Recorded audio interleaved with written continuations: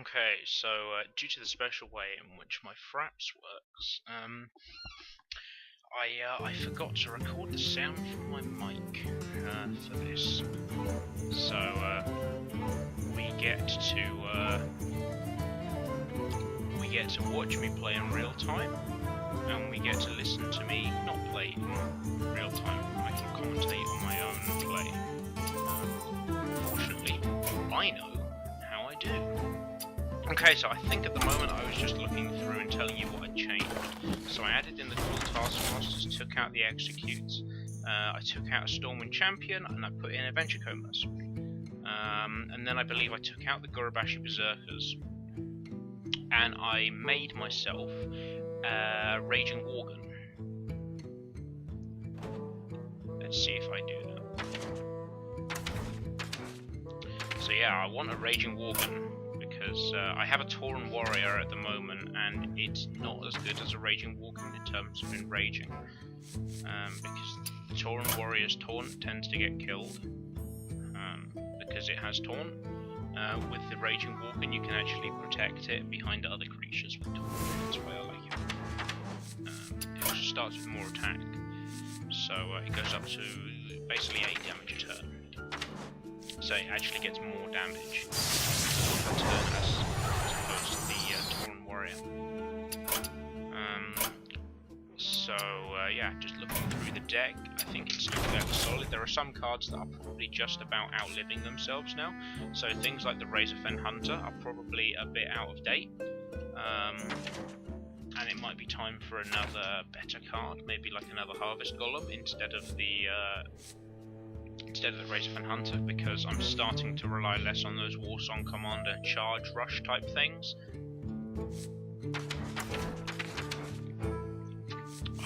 Just a drink to get me going.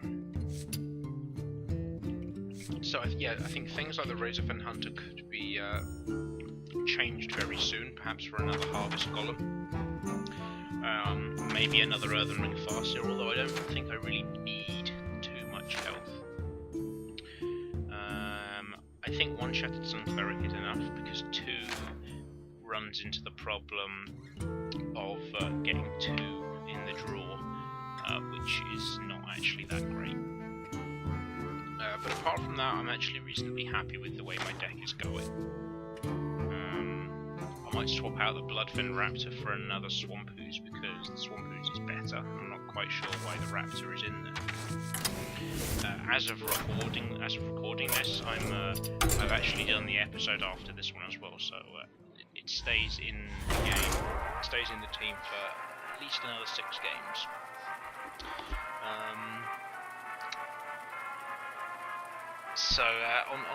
With regards to prizes, if I win all 3 of the games, then I will be able to buy myself another pack. So that's worth sticking around for, and don't just skip to the end of the video to see if I do win all 3. Let the hunt begin. Victory on it also death. ruins my statistics.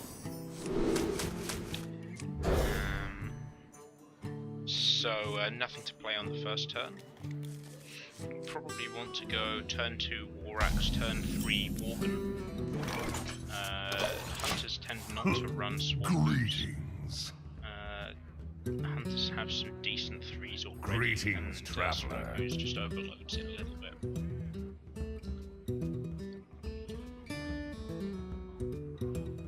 With the Arathi Weaponsmith coming out as well, I can be much more aggressive with the axe, because I know that I'm going to get another weapon should I desire it on turn 4. So I can hit turn 3, play the Raging Worgen, hit turn 4, play the Weaponsmith, and then I've got maximum use out of the Warax, and we get the 2/2 weapon as well.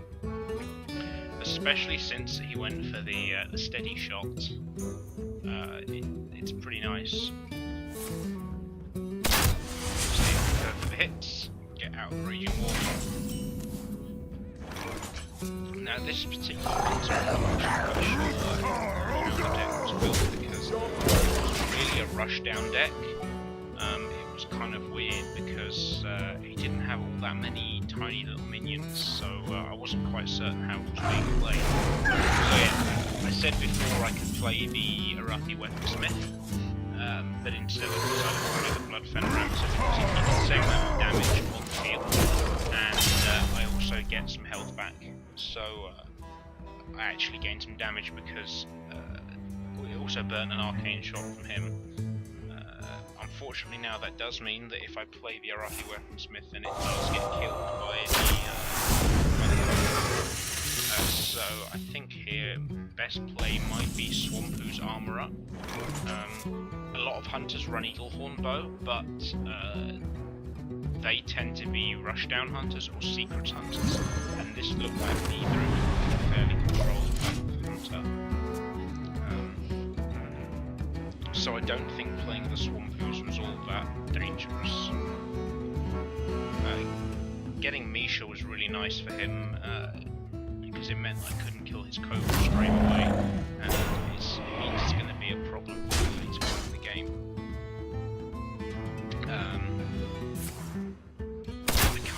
So I have to play the Shattered Sun Cleric here to get the kill on Misha, because buffs the Swampus, make it 4-3, which then kills the beast, and I believe we must cleanse the Sunwell. So that means that if the Cobra decides to trade for the 3-2, then that means that I have got some minions out to play with the beasts out. Cleverly, he goes for the Razorfen Hunter because it keeps his Cobra alive, kills my Razorfen Hunter, but then of course I can just trade the 1-1-1.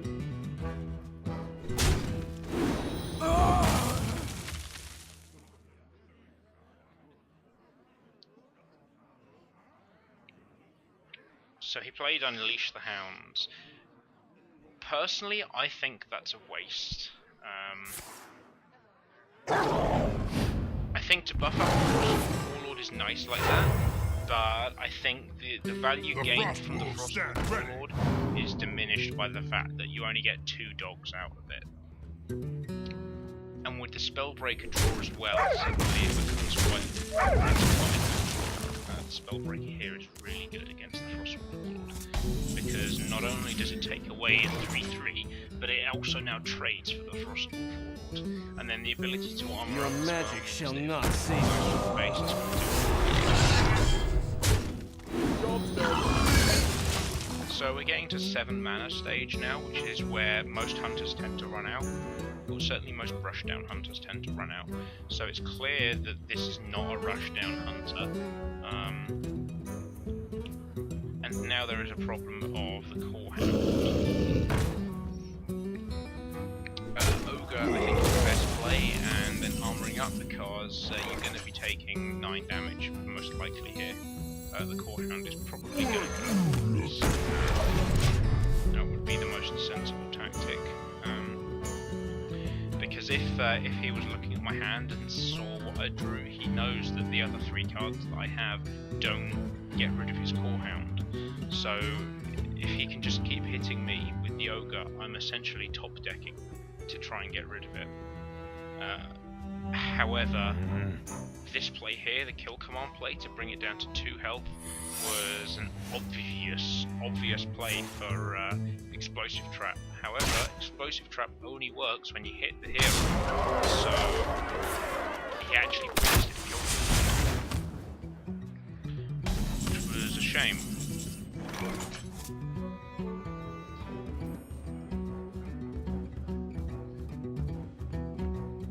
Because now I can just trade, and he's still wasted that kill command.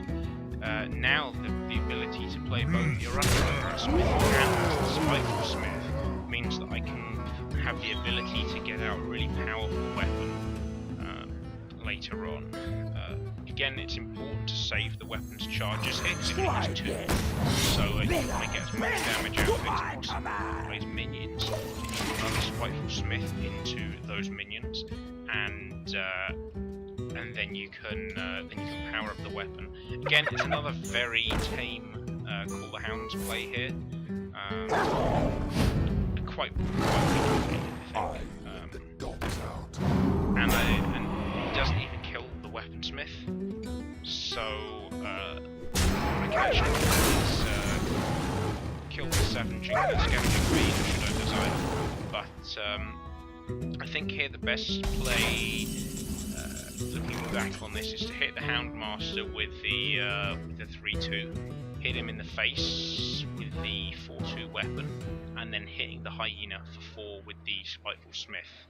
That seems to be a good play here. I wonder. So I think I might have lost. Yeah, I think I lost 2 damage as a result of that, because I could have hit him first with the weapon. I think I could have hit him first with the weapon, and I got 2 damage out of it. We'll see whether that changes how the game was played, or how the game ended up. It's difficult to say what the best creature here is. I think the Venture Code probably is the best, especially when he only has 2 cards. It's going to be difficult for him to stop that Venture Code getting good. You gotta be kidding me! For example, so now that Venture Code is going to get some really nice value. Dingo! Yes! And we can still play either one of the 2 minions. Cult Master is an easy play here because he's going to want to get rid of the Venture Code as quickly as he possibly can, and it gives him 2 big targets to hit because he can. The thing is, he can kill the Cult Master is bait here. I want him to kill the Cult Master and then not be able to kill the Venture Code, which is precisely what he does, because it means I get another 7 damage with the Venture Code. Damage once because that Venture Code is going to die next turn anyway, so giving it +2 attack is just getting out as much damage as I can. If the Tiger goes to the face, then he's dead. So his Tiger had to trade. It had to trade. It's unlikely that this thing's on charge. So because it was quite a slow hunter deck. For example, it had 2 Core Hounds in it, which is a very slow way of playing. I think, yeah, that's a really good draw here, the Firing Thorax. I'm going to be taking 9, 7 once I've armoured up, but it does keep control, and at this point in the game, control is really important. He's already burnt both his dogs. He won't be able to get full use out of any kill command, so it's okay to take 9 damage here, or to take 7 health, because you're clearing his board, and that's attend me. And it also gives me lethal this turn as well. No, I think, yeah, I remember saying, oh, this gives me lethal, and I was going, oh, here's why it gives me lethal, and I was like, oh no, it doesn't, does it? Nevertheless, down to 10. And get the Force Commander, not all that much help here, but, and so it's not needed. But it's worth playing anyway, because it brings him down to 4, so he's got to kill both the Silver-Handed Knight and the Children Yeti this turn.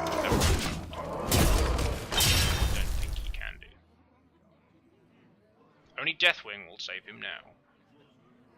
And the multi-shot doesn't do enough. Brings me down to 10 health with the hero ability, and then we can just finish him off. So that's 1-0 for the day, which is rather nice. Well fought. I concede. And I think we'll go again straight away.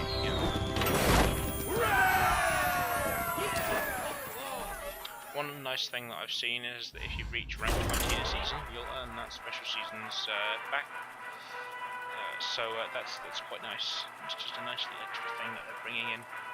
Personally, I'd like to see them bringing in more cards, but I've heard that they're going to be they're working on that as well. And it's just nice to know that they're continuously working on the Game Pass release. It is still, it does still have 1 or 2 bugs in it, so You asked for it. it's nice to know they still care about it. So going second here, it's actually quite nice. So you can go for a turn 2 Warsong Commander, turn 3 Razorfen Hunter, turn 4 Defender of Argus, turn 5 Shield Block Armor Up. So yeah, there's plenty of plays here. This one thing this deck does have an awful lot of is drops, and it's quite important to do that. So originally I was going to coin out a 3-drop, but nice 2-drop coming out there just means that I can play it. It avoids, it helps so far as possible, because the Razorfen Hunter and the Warsong Commander are much more important. Give me a quest. Trading off the Questing Knight here for the Razorfen Raptor, whatever it is, Bloodfen Raptor, is good because the Questing Adventurer can get way more out of control than the Questing Adventurer. Yeah. Start that again. I think the Questing Adventurer can get way more out of control than the Bloodfen Raptor.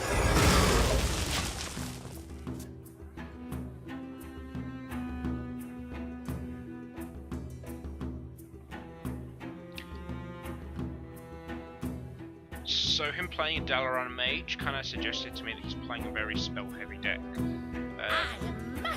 Dalaran Mage isn't something usually seen.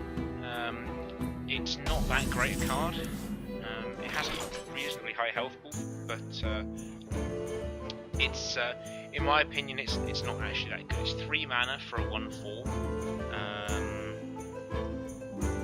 It's rarely, if ever, gonna trade for something for 3 mana. I just feel as though that the +1 spell damage isn't enough to justify taking it. If you are going to take a cheap spell damage creature, I personally recommend Geomancer. Your magic shall not save. Can kill 3/2s, and it still gives you that +1 spell damage. Spell breaking the 2/3 is perfectly fine. All it does is it stops the Razorfen Hunter from coming out, but your magic shall not save. Anyway, because now that he's damaged the 2/2, I can just buff it up to make it a 3/3 and then trade for that spell breaker. So I believe that's what to do.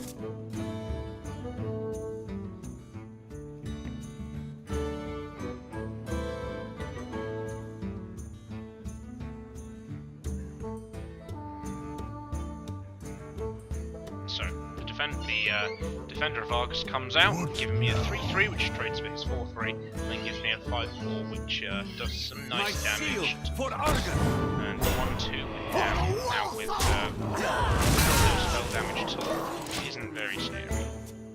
What is it? It's a Goldshire Footman that doesn't have Taunt. It's not all that fantastic. So going for Arcane Intellect here, I think is not the right play, because though it gets card draw, I don't think it's too slow. It doesn't. The time that you go for card draw is when you're in front. So here, for example, I've already got board control, so it's a perfectly reasonable strategy to go for the shield block to get those extra cards. Doing the Arcane Intellect, it's either a desperation situation where you're fishing for something that you really need to kill something on the board, or it's used when you're already winning. And I think that using it there when you know that you're going to clear the board and not be able to clear your opponent's side is not so great.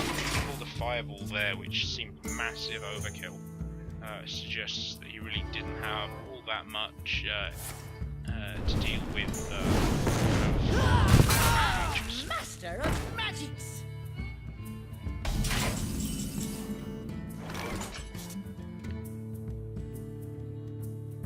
Razorfen Hunter used here because it gets out a couple of creatures. I mean, they're not great, but they're okay. Mess with Tusk. And we hit the Dalaran Mage because then it doesn't trade kindly with the 1/1 It doesn't kill the so that's why that was done. And Flame Strike came out right there, so not a great move.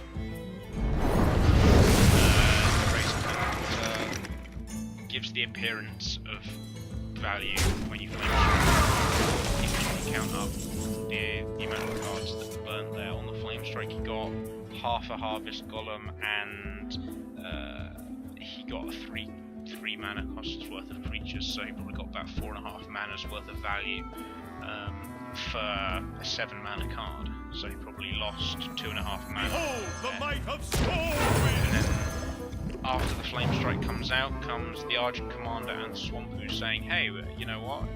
If you go on, then I dare you to flame strike again." If he had another one in the hand, it would have been very tempting. Okay, so here Arcane Intellect used because he clearly doesn't have anything to deal with what I've got. It's a desperation. And he found the Blizzard, which was quite nice for him, but it doesn't deal with the damage. He still has to burn a Flame Strike to clear my board. However, the way I went about dealing with this was to just try and get the Stormwind champion out of Flame Strike range. Again, I was working on the assumption that he has Flame Strike, because you have to. In constructed mage decks, they all run Flame Strike, at least one.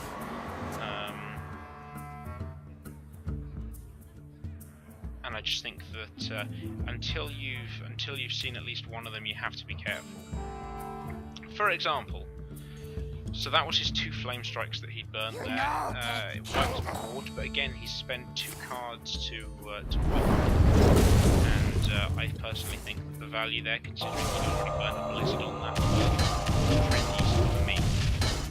I could have slammed, and I think I did in the end. Yeah, it's just some nice board clear.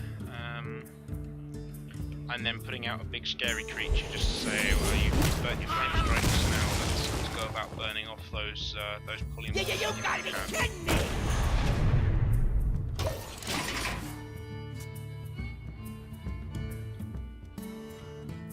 So playing 2 creatures here is a bit unfortunate for him because I had Cleave in the hand. Desperate to play that Cleave. Cleave is good because we can burn the War Axe on it, then we can power up the Venture Code to be an 8/6.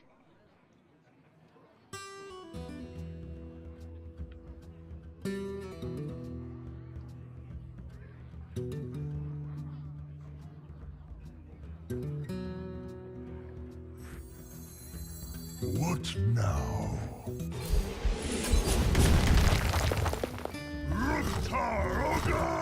So yeah, so we have Legion next turn, and we have guaranteed we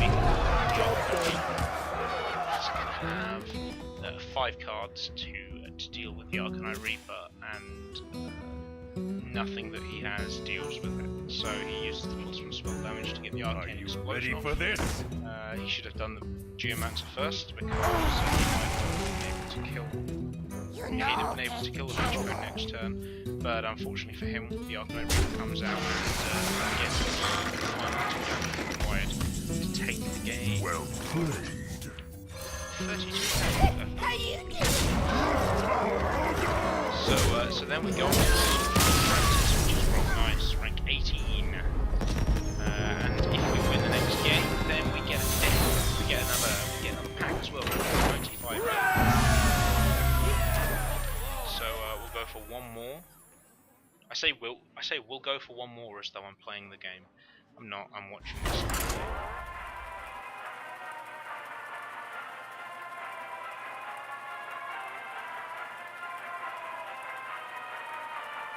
Is it a rogue?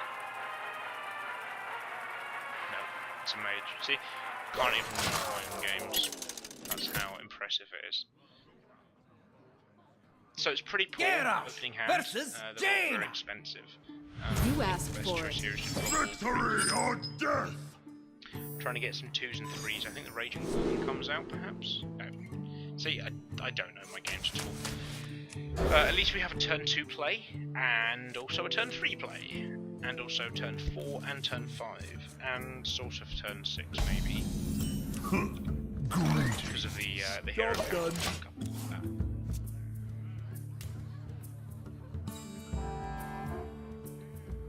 So coining out a Fairy Dragon on turn 1 is fine by me, seeing as though that I have Fiery Borax.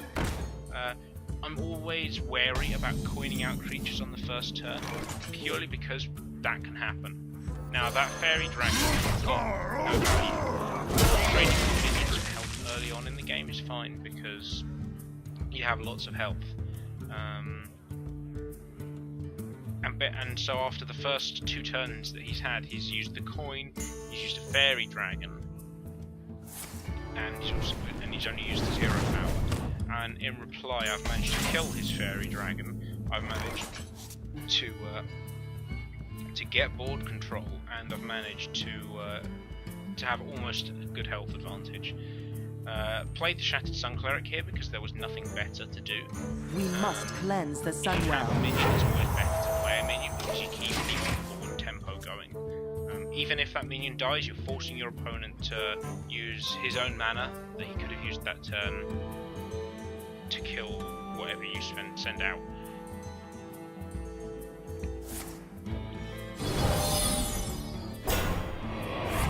So I believe what I did this turn was play either the Shield Master or the Defender of Argus. I think Defender of Argus is a better play here because the Shattered Sun Cleric does not get killed by his hero power. Then I believe I do use the axe. Yeah. My because, shield for Argus. now it's not great value. Push It's only forward. half a card getting it, but mirror images can be really annoying if they're left unchecked. If the mage gets really good board presence, and it can really damage some of the late game plays, purely because you have to get through these semi-pointless speed humps. It just means that it's 2 less creatures that you can kill, basically. I wonder. So here, you can just play the shield block, armor up, and trade things down because there's no real. You're gonna have ball control once you trade those 2 creatures off. Taskmaster there's nothing wrong with that. It's a bit more aggressive, Push more extra forward. damage, get a few more minions on the field. But the reason why I didn't play either of those 2 was because shield blocks seemed to me a little bit too defensive, and Cruel Taskmaster seemed a little bit too offensive. Because if you play Cruel Taskmaster, you're going to be getting 2 minions on 2 health, and both of them can die fairly quickly. If you play the Chillwind Yeti, it's a really hard card to kill. It also survives Flame Strike, which is coming up in turn 2. So just getting ready for those Flame Strike turns against mages is really important.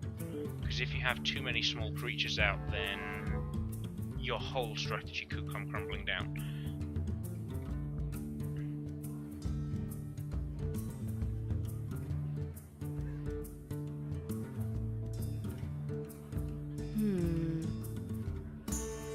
So the Frostbolt here is decent play, brings the Yeti down to 2 health, but it also stops it from doing damage.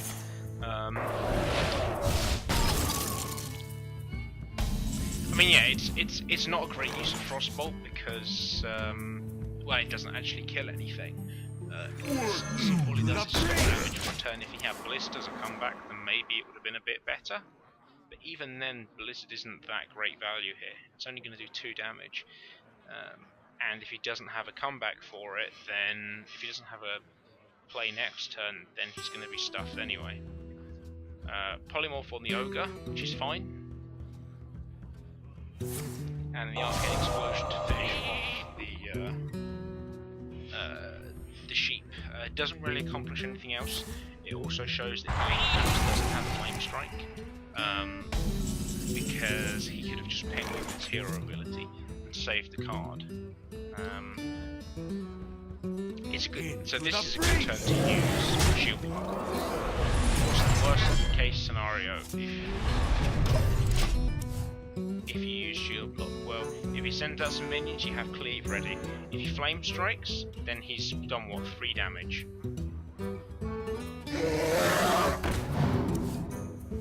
A little bit lucky with the arcane missiles there, but not unbelievably so. And then this turn, we can get away with the shield block because the Cruel Taskmaster allows the Azure Drake. It gives 6 mana, and then I believe the Ogre is the play after that. Yep. So we're keeping pressure up. Not necessarily pressure on health, but we're keeping up ball pressure. The mage is only able to play 1 minion at a time, and so long as I keep killing that 1 minion, then he's gonna really struggle. Fireball is decent use there, not too bad.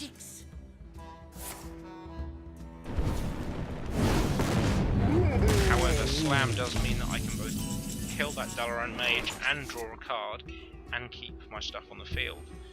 So then out comes Stormwind Champion again, just to say, well, I've got bigger minions than you, and I'm going to be able to use them next turn. Behold the might of Stormwind! No problem! So at this point I'm still trying to play around a Flame Strike. So I don't particularly want that Stormwind Champion to go below 5 health. Yeah, so again here the Arcane Intellect is used in a sense of desperation. Say I'm fishing for something because I don't have the answer in my hand. Because if he had the answer in his hand, he would have played it.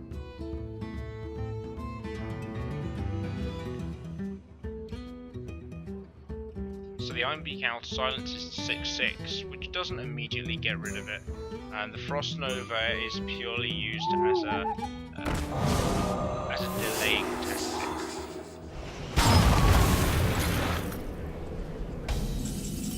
So without any clear answers straight away, you can use the shield block because you do still have protection on the board.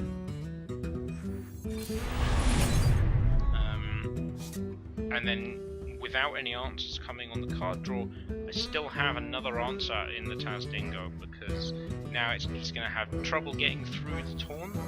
If he does want to get through, then he's going to have to burn spells, which is fine by me.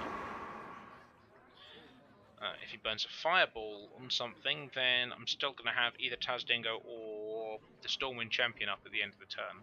So it's not too much of a problem. Yeah, so he Fireballs the Stormwind Champion, which means that it's going to be difficult for him to get rid of the Tazdingo. And I think it's kind of clear that that's Vaporize. The fact still remains, though, that the Tazdingo We must trades cleanse the Ironbeak Sunwell. for example.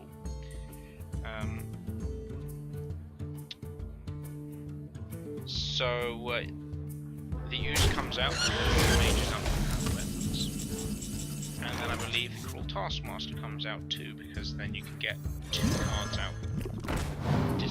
Did I not play the Cruel Taskmaster? It would have been a good play here.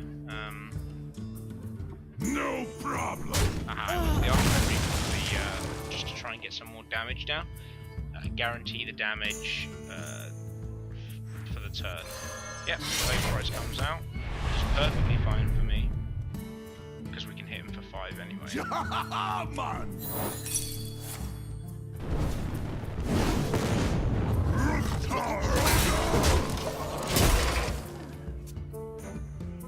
So out comes the Questing Adventurer.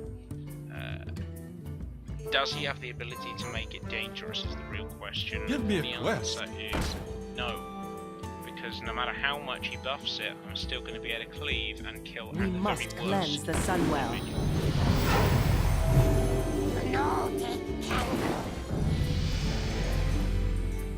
So I believe cleave is an obvious option here.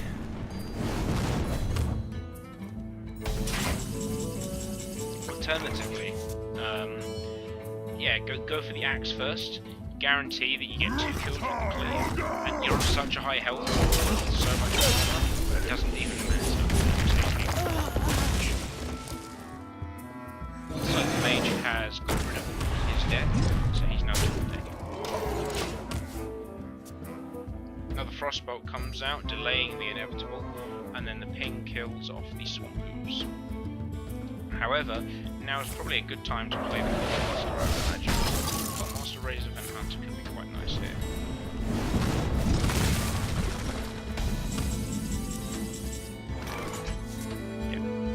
So that now forces him to kill the mess Coltmonster. with That's really good. Won't die. What those?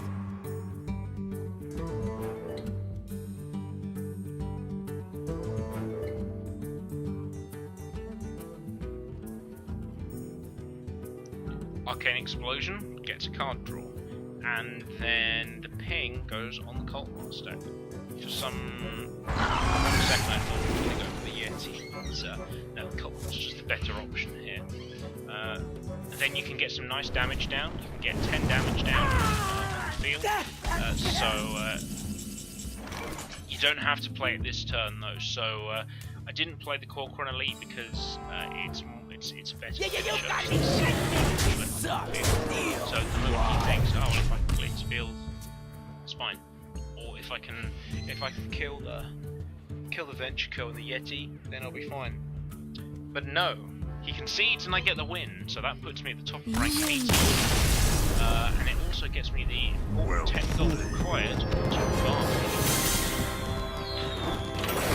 Let's see what the pack is. I've been notoriously poor at getting any kind of luck with packs. I haven't pulled a single warrior specific card yet.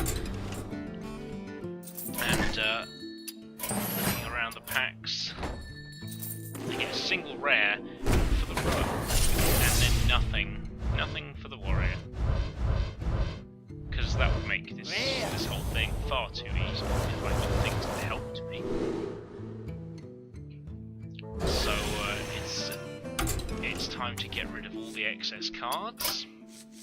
At least I got a rare SI7 agent, so I guess with 20 dust. Acolyte of Pain is decent.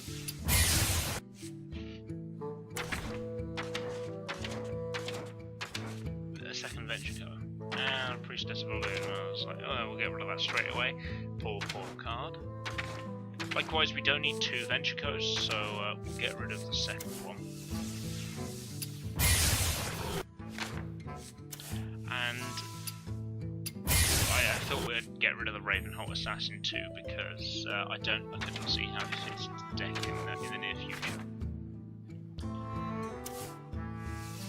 And then going back down the bottom, I think we could get rid of the Tauren Warrior. It's not a great card.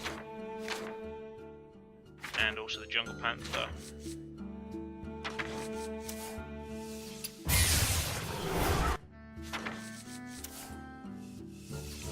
Now, I believe I was wanting to try and find 5 extra dusts from somewhere, and because I may have wanted a rare, perhaps like a Frothing Berserker,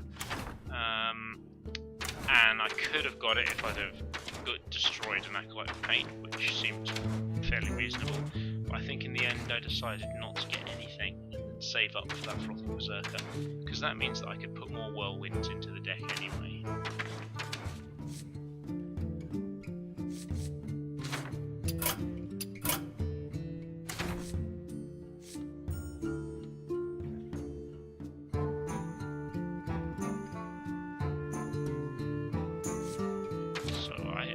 That's all that's in the video. I believe that's the end, so I'll say it now just in case I randomly cut off, but join me next time for whatever episode it is next, I forget, and I shall see you next time.